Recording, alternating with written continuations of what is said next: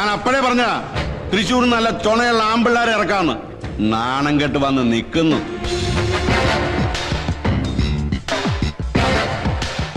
ഇവനെ പോലെ നീയും ജോസേട്ടനെ നാറ്റിക്കാനാണ് ഭാവമെങ്കിൽ. അയ്യോ ജോസേട്ടാ, ഞാനായിട്ട് അവരെ ഇറക്കി വിട്ടൊന്ന് പറയിപ്പിക്കണ്ടെന്ന് കരുതി ഒരു ടൈം ബോണ്ട് വെച്ചിരിക്കുക. താനിത് പറയാൻ തുടങ്ങിയിട്ട് കുറേയല്ലോ. തന്റെ അച്ഛൻ അവരുടെ പേരിൽ സ്വത്തൊന്നും എഴുതി വെച്ചിട്ടില്ലെന്നുള്ള ശരി തന്നെ. പക്ഷെ അവരെങ്ങാനും ഒരു കേസ് കൊടുത്ത DNA ടെസ്റ്റ് ഹിയറിംഗ് ഒക്കെ ആയി വർഷം ഒരുപാട് കഴിയും കേസ് തീരാൻ. കായ വിറ്റ് കറവീണ ഈ കൈ കൊണ്ട് കായ എണ്ണി തന്നിട്ടുണ്ടെങ്കിൽ അത് തിരിച്ചു പിടിക്കാൻ എനിക്കറിയാം. അതൊന്നും വേണ്ടി വരില്ല ജോസേട്ടാ, ഞാൻ അവരെ ഒഴിവാക്കിക്കൊള്ളാം. എന്നത്തേക്ക്? മാക്സിമം ഒരാഴ്ച. പറയുന്ന വാക്കിന് വില കൽപ്പിക്കുന്നവനാ ജോസ്. പക്ഷെ തെറ്റിച്ച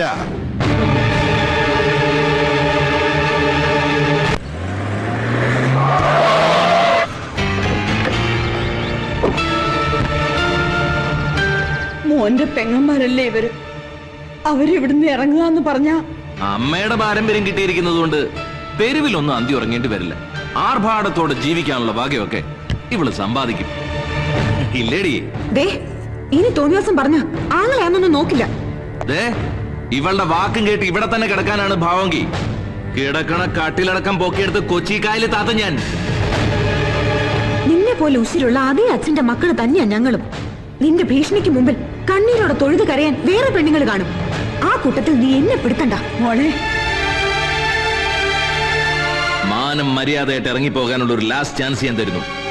അതല്ല എതിർക്കാനാണ് ഭാവമെങ്കിൽ ഇനി ഞാൻ വരുന്നത് ഒറ്റയ്ക്കായിരിക്കില്ല, അത് മറക്കണ്ട.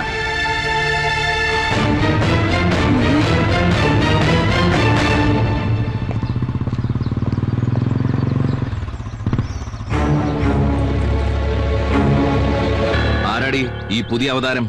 പുതിയ താമസക്കാരനാ.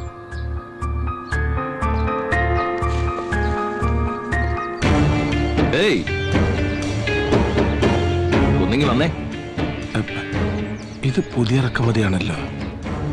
കാണാൻ കൊള്ളാവുന്ന പെമ്പിള്ളേരുള്ളത് കൊണ്ട് ഇവിടെ ഇങ്ങനെ ചടഞ്ഞുകൂടി താമസിക്കാൻ ഒരു ഇമ്പം കാണും. പിന്നെ പറഞ്ഞു വരുമ്പോ എന്റെ പെങ്ങന്മാര് തന്നെ ഇവരും. പക്ഷേ വകുപ്പ് വേറെയാണെന്നേ ഉള്ളൂ. ഇവരെ ഞാൻ ഇവിടെ നിന്ന് ഇറക്കി വിടുകയാണ്. ഒപ്പം നിന്നെയും. ചോദിക്കാതെ എന്റെ വീട്ടിൽ കയറി താമസിച്ചതിന്റെ ധൈര്യം അപാരം തന്നെ. പക്ഷേ ഇനി ഞാൻ ഇവിടെ വരുമ്പോ നിന്നെ ഈ കോമ്പൗണ്ടിൽ കണ്ടുപോരുത്.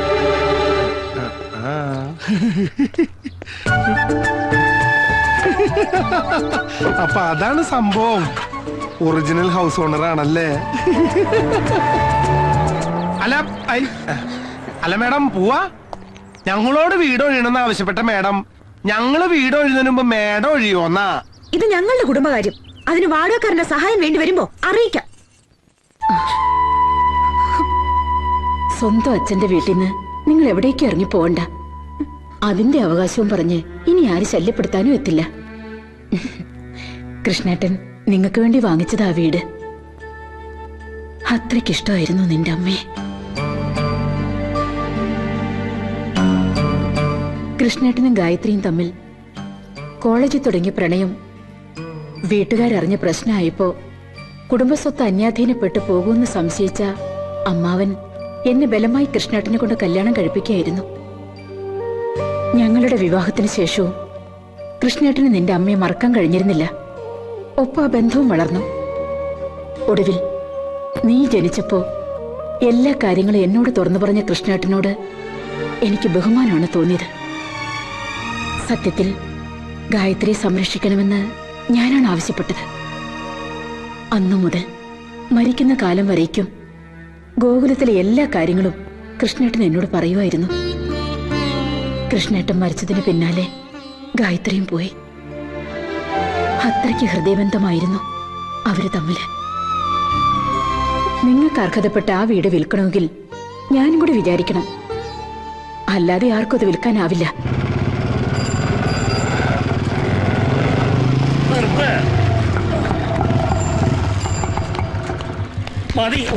എന്താണ് നിങ്ങൾക്ക് വേണ്ടത്? വണ്ടിയുടെ അടവ് മുടങ്ങിയാ കിടക്കുന്നതെന്ന് എനിക്കറിയില്ലേ. മുതലും പലിശയും ചേർത്ത് മുടങ്ങിയ അടവാ ഞങ്ങൾക്ക് വേണ്ടത്. ഓട്ടം കഴിഞ്ഞ ഉടനെ ഞാൻ അടച്ചു തീർത്തോളാം. ഉപദ്രവിക്കരുത്. വണ്ടിയിൽ പാസഞ്ചർ ഉള്ളതാ. ശരവണ, വണ്ടി പാസഞ്ചർ. പാസഞ്ചർ ലോണും തമ്മിൽ എന്തോടോ ബന്ധം? ഞാനിത് കുറെ നാൾ ഓടിച്ചതാ. ഇനി നീ മുടങ്ങിയ ലോൺ അടച്ചിട്ട് ഓടിച്ചാ മതി. പാസഞ്ചർ ഇറക്കി വിട്.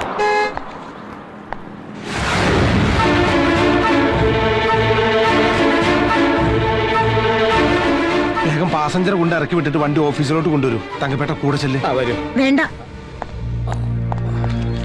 ദാ, കണ്ണി കണ്ട തേർഡ് റേറ്റുകൾക്കൊപ്പം സഞ്ചരിക്കാൻ എന്നെ കിട്ടില്ല. അല്ല ഓട്ടോ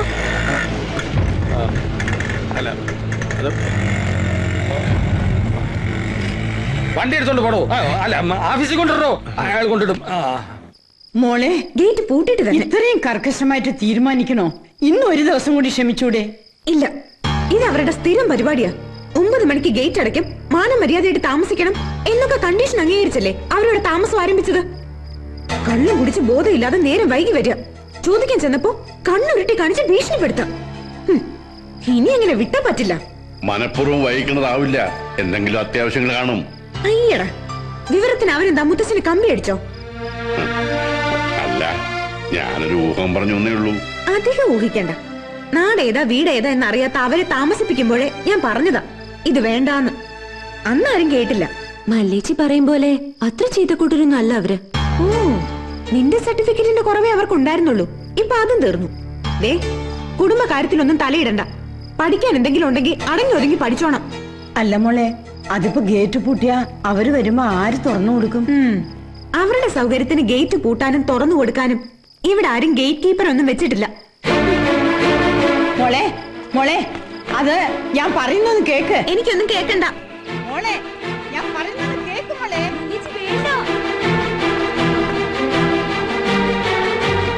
മോളെ മല്ലി, വേണ്ട മോളെ, മുത്തശ്ശിയല്ലേ പറയുന്നത്. നീ വാ. ഈ മുത്തശ്ശിയുടെ ഒരു കാര്യം.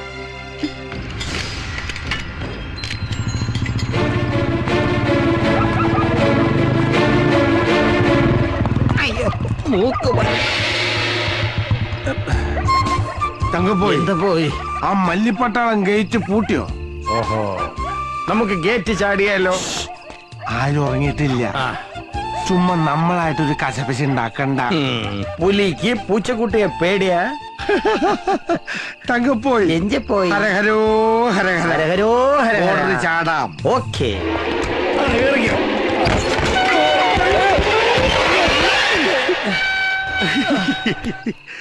ഭാഗ്യം, ആരും കണ്ടില്ല. ആരോ കണ്ടിട്ടുണ്ട്. തന്റെ അമ്മായിമ്മ കണ്ടോ? അവളുടെ ഒരു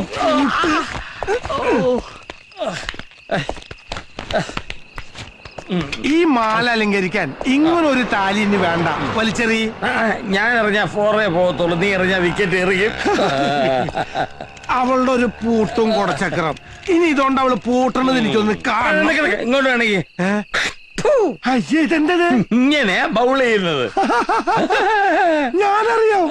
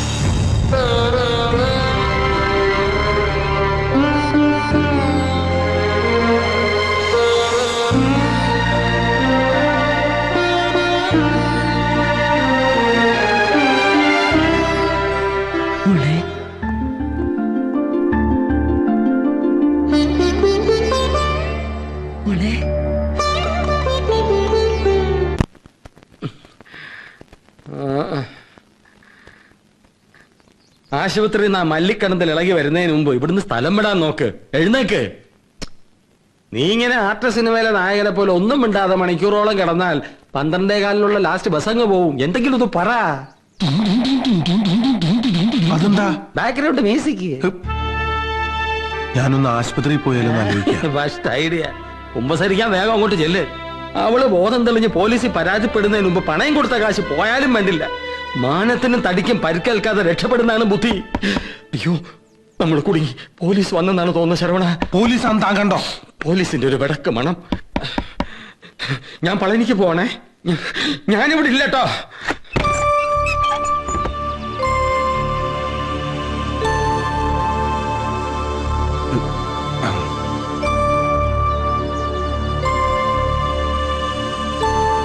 മല്ലിക്കിപ്പോ പുലർച്ചെയാ ഓർമ്മ തെളിഞ്ഞത്.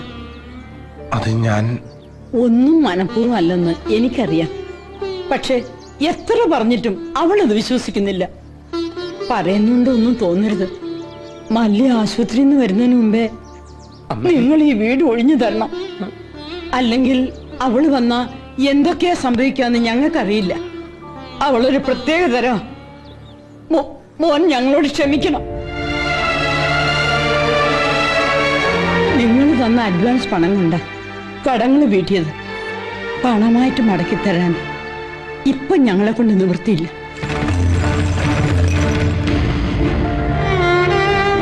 ഇത് വിറ്റ് അഡ്വാൻസ് എടുത്തോളൂ. മല്ലിമോളുടെ അമ്മയുടെ ആഭരണങ്ങളാ, കല്യാണത്തിനായി വെച്ചതാ. ഇതൊക്കെ അണിഞ്ഞു വേണം മല്ലിയെ ഒരാളുടെ കൂടെ പറഞ്ഞയക്കാനെന്ന് അവളുടെ അമ്മയുടെ വലിയ ആഗ്രഹമായിരുന്നു. പക്ഷേ യോഗ ഇല്ലെന്ന് വെച്ചാ ഉപദ്രവിക്കരുത്. എങ്ങനെയെങ്കിലും വീട് ഒഴിഞ്ഞു തരണം. ആരോരും ഇല്ലാത്തവരാ ഞങ്ങൾ. ഞാനോ എന്റെ കുട്ടികളോ അവിവേകം കാണിച്ചിട്ടുണ്ടെങ്കിൽ പൊറുക്കണം.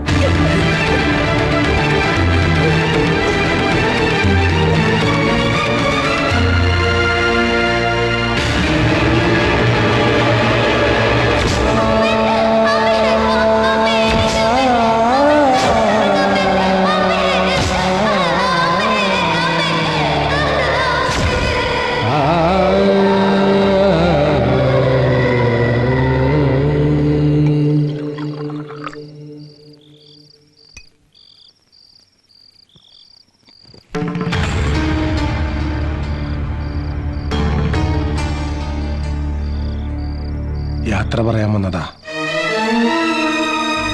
മല്ലിയുടെ കല്യാണത്തിനുള്ള ഈ ആഭരണങ്ങൾ വിറ്റിട്ട് എനിക്കിപ്പോ പ്രത്യേകിച്ച് ആവശ്യങ്ങളൊന്നുമില്ല. ജീവിതത്തിൽ ശാസിക്കാനോ ഉപദേശിക്കാനോ ആരില്ലാത്തോണ്ട ഞാനിങ്ങനെയൊക്കെ ആയിപ്പോയത്. എന്തെങ്കിലും അഭിപ്രായം കാണിച്ചിട്ടുണ്ടെങ്കിൽ ക്ഷമിക്കണം. ഇനി നിങ്ങളൊക്കെ ബുദ്ധിമുട്ടിച്ചോണ്ട് ഞാനിവിടെ നിൽക്കണില്ല. റഹ്മാൻ ടൗണിലൊരു ലോഡ്ജ് മുറി ഏർപ്പാടാക്കാന്ന് പറഞ്ഞിട്ടുണ്ട്. അത് ശരിയായാൽ മിക്കവാറും ഞങ്ങൾ നാളെ തന്നെ അങ്ങോട്ട് മാറും. എന്നാലും ഇത്രയും വലിയ തുക മടക്കി വാങ്ങാതെ എന്തായാലും പഴയ താമസക്കാരെ പോലെ കാശ് ചോദിച്ചുകൊണ്ട് ബഹളം ഉണ്ടാക്കില്ല. ഉണ്ടാകുമ്പോ തന്നാ മതി.